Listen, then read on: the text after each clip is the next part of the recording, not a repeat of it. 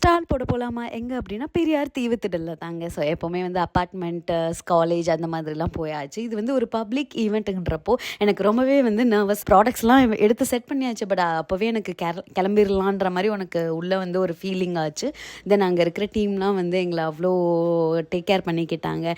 அப்புறம் பிரேக்ஃபாஸ்ட் என்ன, ஸோ எல்லாமே ரொம்ப அருமையாக இருந்துச்சு. Thanks to the Indian oil corporation team members எல்லாத்துக்குமே.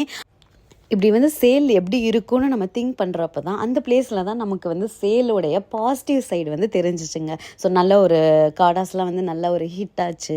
அது மூலயமா எனக்கு சில பல கிளைண்ட்ஸ் வந்து கிடச்சாங்க.